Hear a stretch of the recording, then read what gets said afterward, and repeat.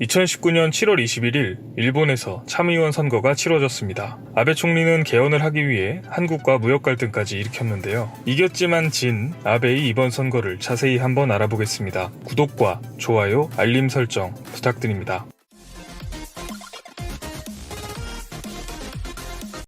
안녕하세요. 세상 모든 잡다한 지식을 알려드리는 잡시광입니다.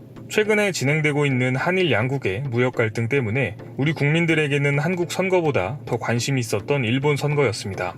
참의원은 총 245명으로 3년에 한 번씩 의원의 절반을 국민투표로 다시 뽑습니다. 이번에 치러진 제25회 일본 참의원 선거의 결과를 살펴보면 124석 중 아베 신조 총리가 이끄는 여당인 자민당이 57석, 열린여당인 공명당이 14석으로 집권여당이 71석을 얻었습니다. 그 뒤로 제1야당인 입헌민주당이 17석, 일본 유신회 10석, 공산당 7석, 국민민주당 6석, 레이와 신생굼이라는 신생정당이 2석, 무소속 10석이라는 결과가 나왔습니다. 따라서 아베의 열린여당은 이번 선거에서 치러진 124석 중 71석을 차지하며 선거에서 승리했습니다. 남아있는 절반의 의석과 이번 선거에서 당선된 의석을 합친 전체 의석을 보아도 전체 의석 245석 중에 자민당이 113석, 공명당이 28석으로 자민당만으로는 과반을 못 넘지만 열린여당인 공명당의 의석까지 합치면 141석으로 과반을 넘어가게 되었습니다. 사실 일본의 야당이 분열되어 있는 상태에서 이번 선거는 시작부터 아베의 연립여당의 승리가 기정사실인 상황이었습니다.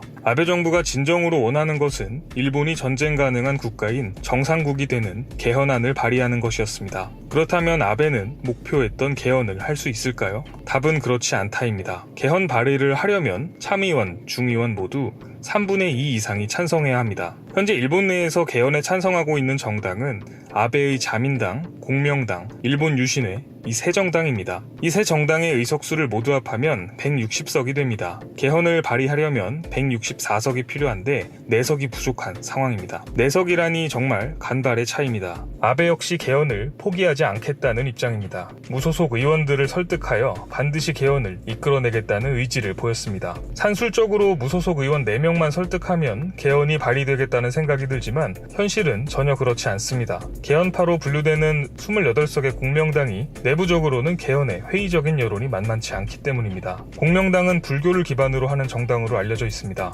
따라서 당 내부에 전쟁을 원치 않는다는 세력이 만만치 않다고 합니다. 일본 언론들도 아베 총리의 임기 내 개헌은 사실상 어려워졌다는 보도를 내놓고 있습니다. 하지만 아베는 다수의 의원들이 공감할 수 있도록 개헌안에 더 공을 들이겠다, 무소속 의원들을 설득하겠다는 등의 발언을 하며 개헌에 대한 집착을 버리지 못하고 있습니다. 따라서 공명당, 일본 유신회를 비롯한 개헌 세력의 결집을 위해 한국과의 갈등을 더 악화시킬 것이라는 전망도 나오고 있습니다. 개헌이 어려워지자 아베의 자민당 역시 바쁘게 움직이기 시작했습니다. 아베 총리의 이번 임기 내 개헌이 사실상 어려워지자 앞으로도 개헌을 추진할 인재는 아베 총리밖에 없다며 선거가 끝나자마자 아베의 사선론, 즉 재집권론을 들고 나온 것인데요. 아베 신조는 2018년 9월 총리로 선출되며 3선 연임 총리가 되었습니다. 자민당의 당규상 3선 총리는 불가능했지만 당규까지 바꾸면서 3선에 성공했습니다. 임기는 2021년 9월까지로 3년입니다. 아직 채 1년도 되지 않았는데 자민당에서는 아베의 4선론을 거론한 것이죠.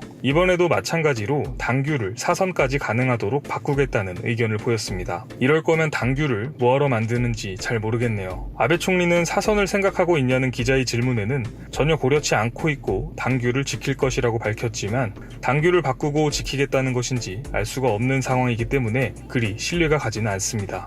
뿐만 아니라 아베 총리가 개헌을 위해 쓸 수 있는 마지막 카드로 중의원 해산까지 거론되고 있습니다. 일본은 내각의 총리가 중의원을 해산시키고 다시 국민투표를 진행할 수 있는 권한을 가지고 있습니다. 물론 패배할 경우 실각할 수 있는 위험이 있지만 최근 일본의 야당이 완전히 분열되어서 제 역할을 하지 못하는 상황에서 의회를 해산시키고 다시 선출해도 아베의 자민당이 패할 가능성은 낮기 때문입니다. 아베는 분명 선거에서 이겼지만 개헌에서는 졌습니다. 선거 후에 나오는 이야기들은 아베의 사선 준비, 의회 해산 등등 아베 입장에서는 씁쓸한 소식들 뿐인 것 같습니다.